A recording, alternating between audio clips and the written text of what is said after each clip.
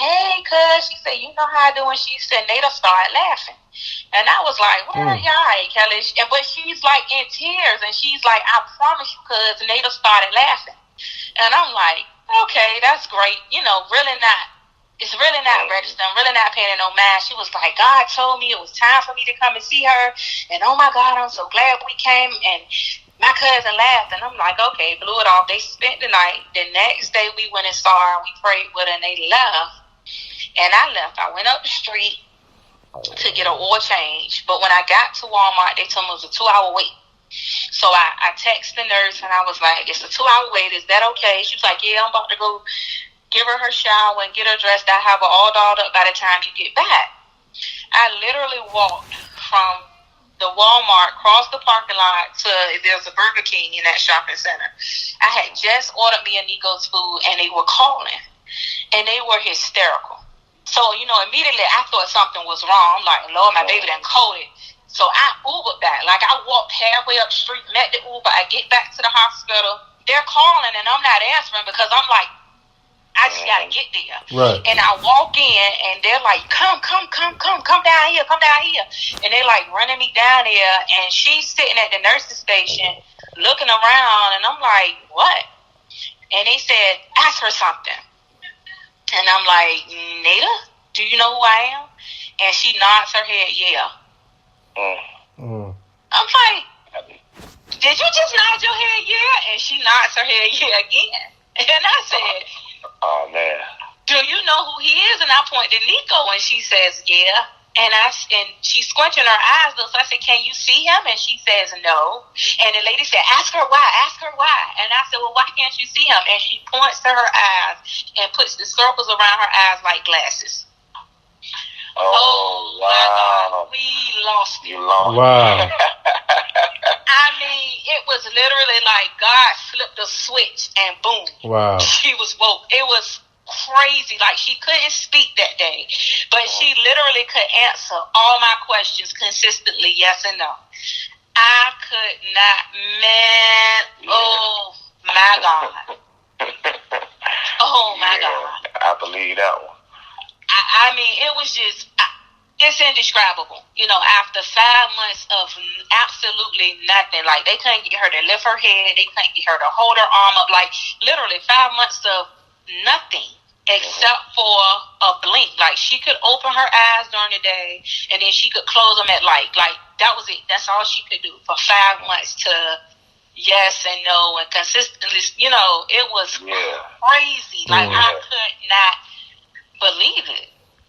I couldn't believe it. And so we were all just so excited. And so she's getting all these evals done and they're trying to figure out if she's going to be able to talk and if, you know, she's having consistent brain waves and da-da-da-da. So that Tuesday I get there and, you know, they're telling me we've been trying to get her to speak, to teach her how to speak. You know, she hasn't said anything. We've been working on it.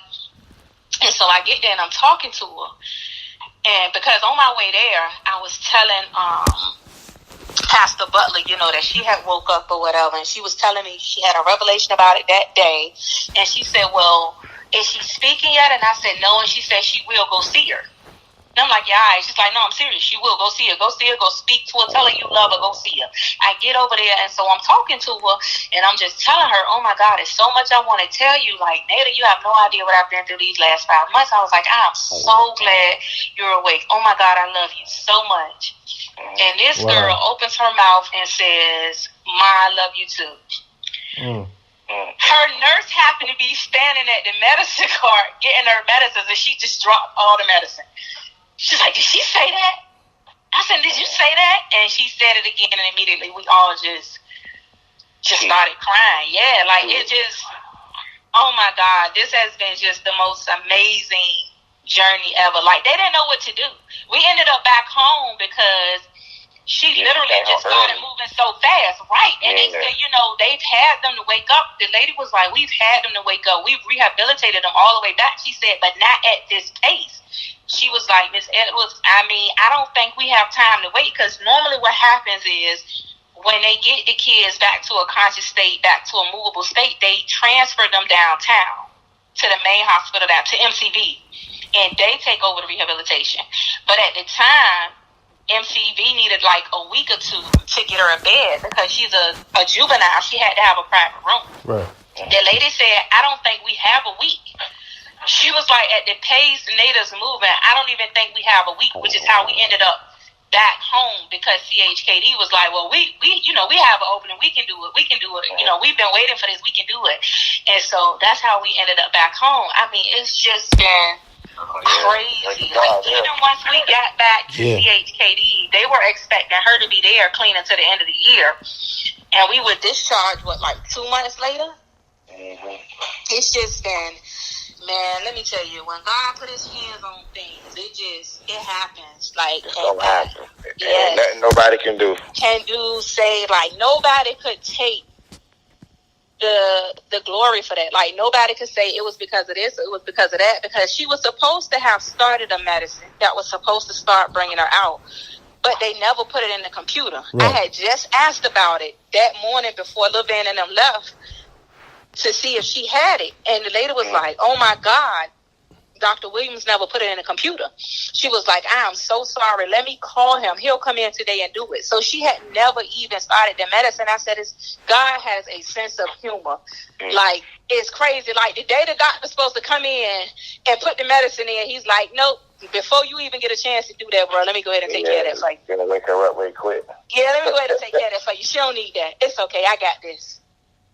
It is, yes. Oh man, it's been crazy. It's been just amazing. And then to get home and find out that she had done enough unconsciously and consciously for them to give her credit for her classes, to still make her be a senior this year, and to see her get back in school, back at capacity to take, because she's actually taking all general ed classes. Like, she does have an IEP, but she does not take special ed classes.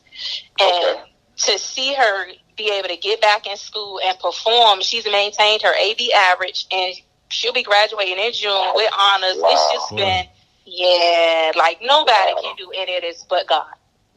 Wow. Yeah, it is. I was able to be a part of her prom experience. How was that moment for you? And I know I got stuck on the grill, but I knew I was gonna get stuck on the grill. But I got stuck on the grill. But how was that moment for you?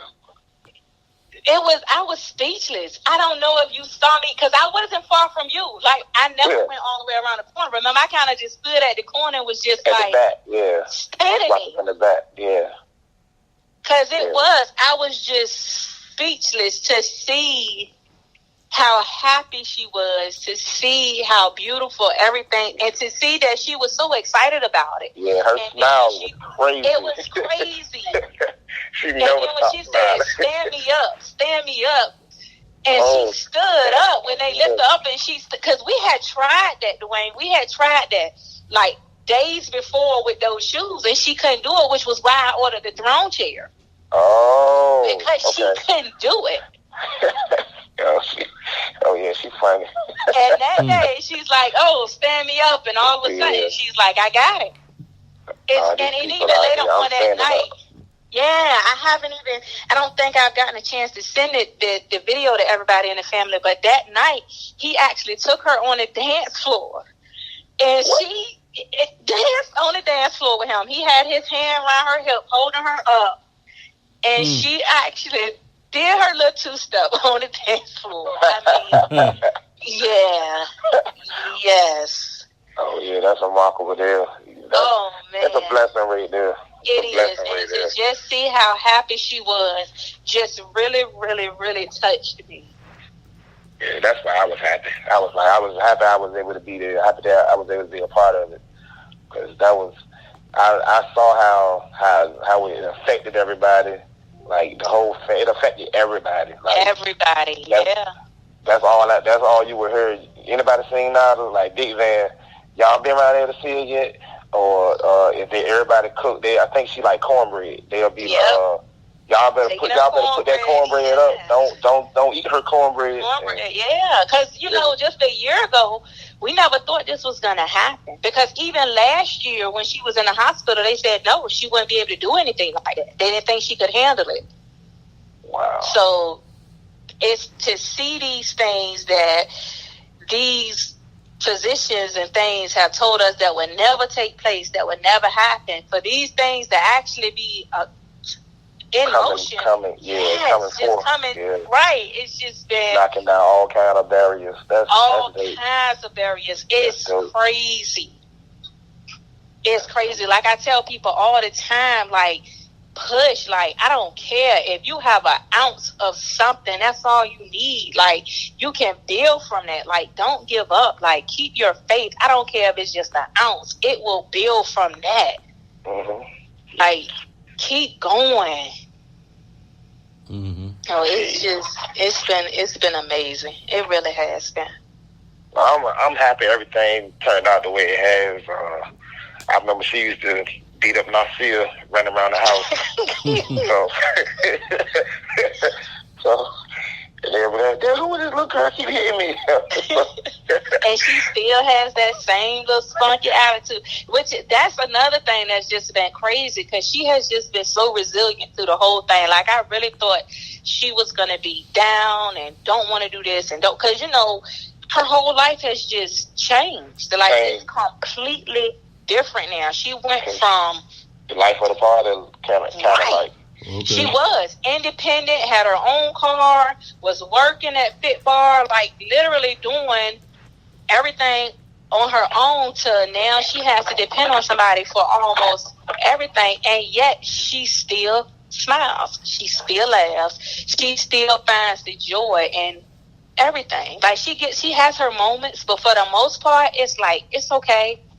I'm gonna do this, I'm gonna do that. Like, she'll see me battling with Nico over something or at night, and she'll be like, that's okay, Mom. When I get right, when I walk again, I'm gonna get him. Don't worry about it. That's what I was about to say. Look, when they were taking the pictures, I think it was, I guess, the girl that had on the black with the white shirt.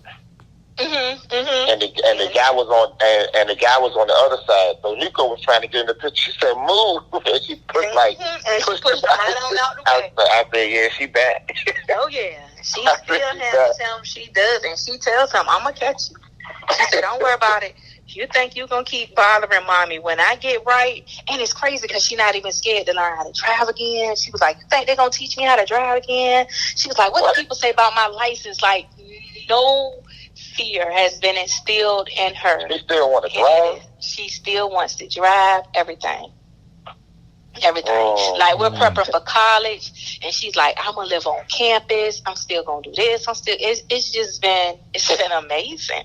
That is, yeah. Well, Alice here at the Real Dude Show. We thank you for coming on. We appreciate everything you're doing. Amazing story. What's did y'all have a GoFundMe for her, or was it I don't know if I saw one of those or not. Did I see a GoFundMe? Yeah, she had one, because we, a lot of the equipment that she uses or that pushes her to the next level, insurance won't pay for, because everything, is built off medical necessity. So if she's not already at that point, they won't give it to you when they don't understand we're trying to get her to that point. Okay. So a lot of that DME, we either have to pay for, or it's either donated, and then a lot of times when it's donated, all the parts aren't on it, so you still have to buy like the seat or the strap, so yeah, she had one, to try to cover a lot of the DME that she has to use or that she's been using, to try to get her back to where she needs to be. So is that still active? I believe so. I did not deactivate it. I know my friend Makisha Buki is actually the one who created it for her. So I am pretty sure that it's still open. If you go to GoFundMe and put in Pray for Nada, it should pop right up. Yeah, that's what I wanted to say. So it's GoFundMe, Pray for Nada, people. GoFundMe, Pray for Nada. Go ahead, John. So what's next for you guys? I mean, for you, because this is an amazing story, and I'm just sitting here listening, hearing it for the first time. Graduation. Graduation. Graduation. You know what? We have That's good. a month. Okay. We have like 6 weeks, and she is determined to walk across that stage.